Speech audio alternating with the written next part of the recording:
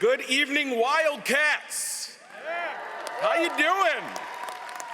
Oh, it is wonderful to see you, Dean DeSalle, President Dean, distinguished members of the UNH Board of Trustees, esteemed faculty, proud families, cherished friends, and most importantly, the graduating class of professional studies, the class of 2024. Thank you for the opportunity to celebrate this momentous occasion with you. I don't have to tell you, and Dean DeSalle just certainly talked about it, that your path to today was not easy. You navigated a once-in-a-century pandemic. You balanced homework and 9-to-5 work. You cared for your loved ones, you met deadlines, and you made ends meet, but you persevered, and now you are here celebrating this unforgettable milestone. So class of 2024, you made it. Congratulations.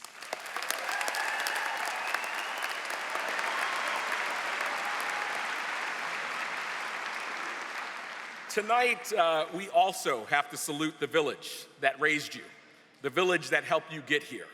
The grandparents, the siblings, the professors, the counselors, the coaches, the mentors, the families, the parents, the chosen family. This is their day too. So class of 2024, get on your feet and give them the praise that they deserve.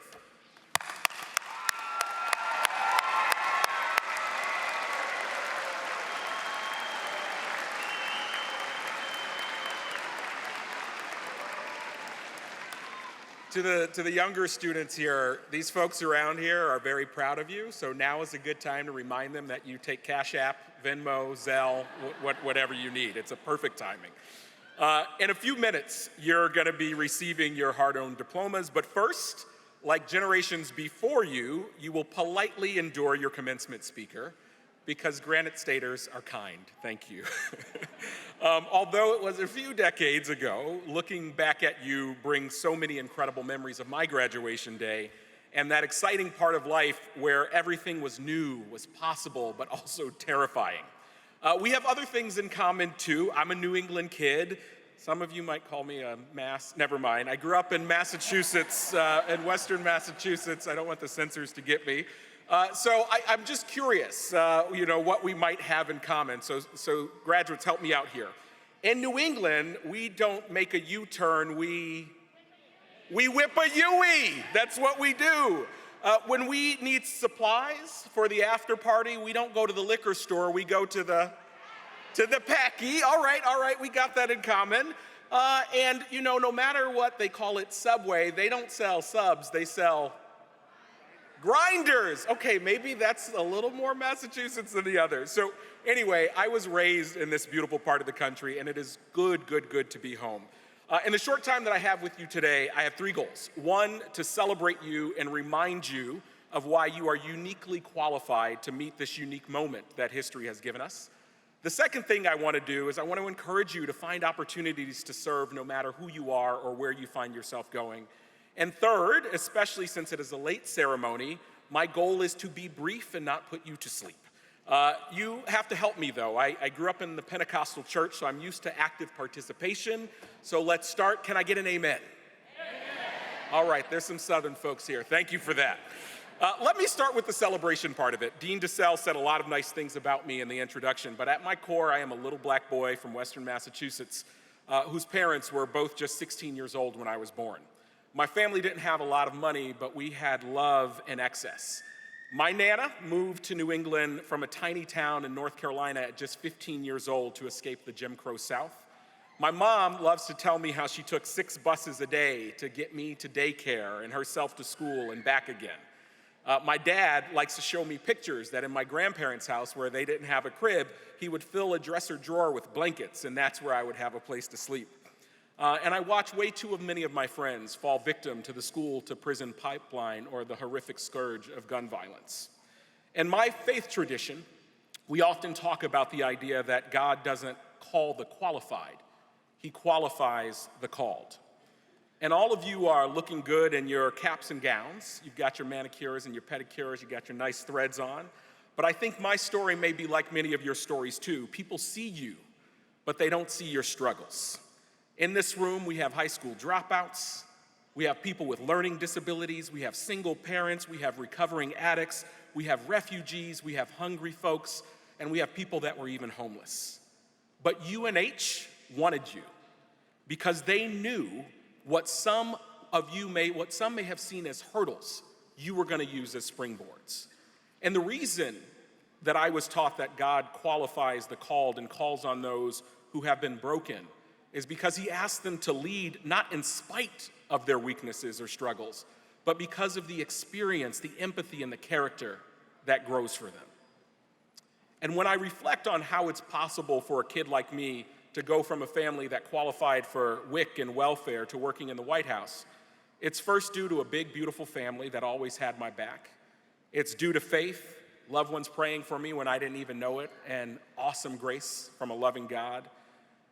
And it's also because I grew up in a family and a community that believed in the power of service. I first learned about service at my Boys and Girls Club. My mom told me that she sent me there for a cheap daycare, but she got a whole lot more. Volunteers and staff at that Boys and Girls Club taught us about Black pride, about social justice. They gave us the opportunity to serve and care for our community when we were still little kids ourselves. We cleaned up rundown lots. We served at the homeless shelter. We woke up on Saturday mornings to pass out food to the elderly. And at the time, I knew it was something to do, but when I look back at it, I didn't know that through service, they were teaching me that I had something to give, no matter how little I had. There was always something that I could do to help others. This idea of service and those who were called to serve had an immense impact on me from a young age. They helped shape me to who I am today and made me both want to follow in their footsteps and build a career dedicated to supporting individuals in the communities like mine. I think about Mama Morgan, who was the cook at my Boys and Girls Club. She was my buddy. We'd bake cookies together so I didn't have to pretend that I wanted to get hit by dodgeballs in the gym. I think about Mr. Dawson. One day when I showed him an exceptionally bad report card, he looked at me and he said, "Damn, Smitty." But he didn't scold me. He didn't call my parents. He found me a tutor to help get me back on track. Or I think about Carol, who became my second mom. She would wait in the lobby of the Boys and Girls Club when the bus dropped me off, and she would say, "Mikey's home." And she gave me my first job when I was 12 years old running the coat room, and I made $2 an hour. I thought I was rich. So many of you are already active in your communities as teachers, as nurses, as firefighters and first responders, PTO leaders and National Guard members, a culture of service that is embraced and strengthened by college leadership through actions like offering a 20% discount to AmeriCorps alumni as a school of national service. People say, if you want to show me what you value, show me your budget, and UNH values service. The change makers that are in this room or at my Boys and Girls Club weren't looking to get rich. They weren't looking to get famous, and they weren't even looking to get credit. They woke up every day with a deep belief, like the UNH community, that our neighbors' children are all of our children, and with a hope that kids like you and me would realize dreams bigger than they could ever imagine for themselves. And let's be clear that these hometown heroes not only made a difference for me, but through their service, they were served. Volunteering, we've got the data to back it up. Volunteering decreases isolation.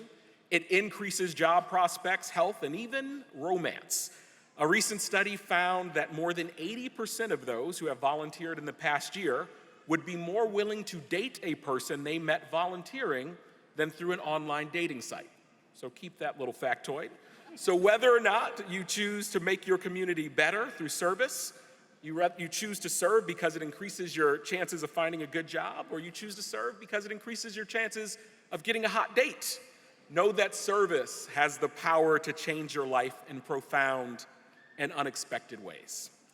So let me try to sum this up through some of the wisest words that I know. Jesus reminded us that it is more blessed to give than receive, a call to the faithful to serve. A more modern disciple, RuPaul, said that you better work, a reminder that progress does not happen on its own. And Her Majesty, Queen Beyoncé, told us, "You survived all you've been through, confident, damn, you're lethal." I see some lethal folks in this place. So Wildcats, to the immigrant, to the first in your family to put on a cap and gown, to the graduate whose guidance counselor told you you weren't college material, to the young moms and dads that were making bottles while also making the grades.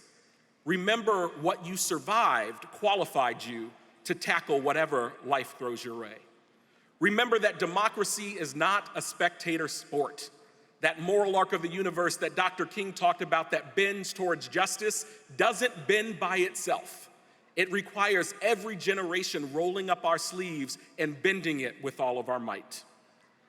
And remember that service and giving back will always lift us up, those being served and those that are blessed to serve as well. So to the UNH College of Professional Studies class of 2024, you have already shown us you've got what it takes. It is your world now. The question I have for you is, what are you going to do with it? Congratulations.